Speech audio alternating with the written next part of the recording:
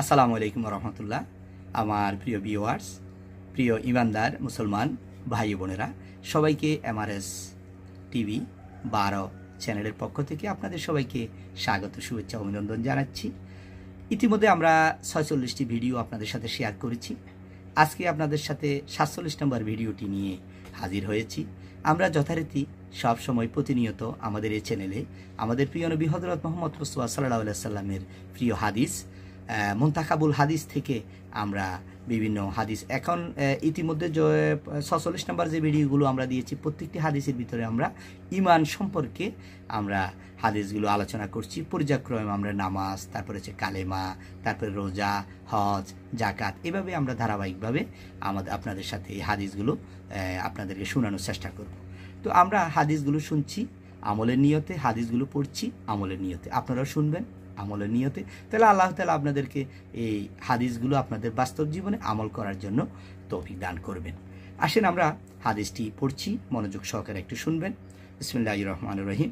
হযরত নাওয়াস ইবনে মাসআন রাদিয়াল্লাহু তাআলা আনহু থেকে বর্ণিত আছে যে তিনি রাসূলুল্লাহ সাল্লাল্লাহু আলাইহি সাল্লামকে ইরশাদ করিতে শুনিয়াছেন, যে ব্যক্তি এমন অবস্থায় মৃত্যুবরণ করিল যে সে আল্লাহ তাআলার সহিত কাউকে শরীক করে নাই, অবশ্যই তাহার জন্য মাগফিরাত অবধারিত হইয়া গিয়াছে।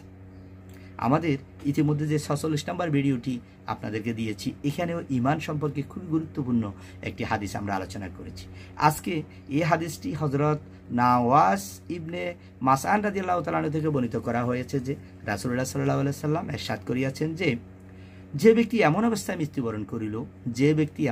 মৃত্যুবরণ করিল যে আল্লাহ তাআলার সহিত কাউকে শরীক করে নাই, কারোর সাথে সমকক্ষ করে নাই, তার পুরো জীবনটাই আল্লাহর রাসূল সাল্লাল্লাহু আলাইহি সাল্লামের হুকুম, আল্লাহ তাআলার হুকুম এবং রাসূল সাল্লাল্লাহু আলাইহি সাল্লাম যেভাবে তার জীবন পরিচালিত করেছেন সে অনুযায়ী তার জীবনটা পরিচালিত করেছে। তার সাথে আল্লাহ তাআলার সাথে কাউকে সমকক্ষ করেন নাই, কারোর সাথে শরীক করেন নাই, সেটা তার বাস্তব জীবনে সে এমন কাজ করে নাই। এই অবস্থায় সে মৃত্যুবরণ করিয়াছে। তখন সে বলল, তার জন্য অবশ্যই তাহার জন্য মাগফিরাত অবধারিত হইয়া গিয়াছে, তার জন্য ক্ষমা, তার জন্য আল্লাহ তাআলা তার জীবনের গুণাগুলো আল্লাহ তাআলা নিজ গুণে ক্ষমা করে দিবেন, দিয়ে তাকে বেহেশত দান করবেন। সুবহানাল্লাহ, খুবই গুরুত্বপূর্ণ একটি হাদিস। আমরা আমাদের জীবনে কখনো আমরা আল্লাহ তাআলাকে অন্য কারোর সাথে সমকক্ষ করব না, আল্লাহর সাথে কারো শরীক করব না।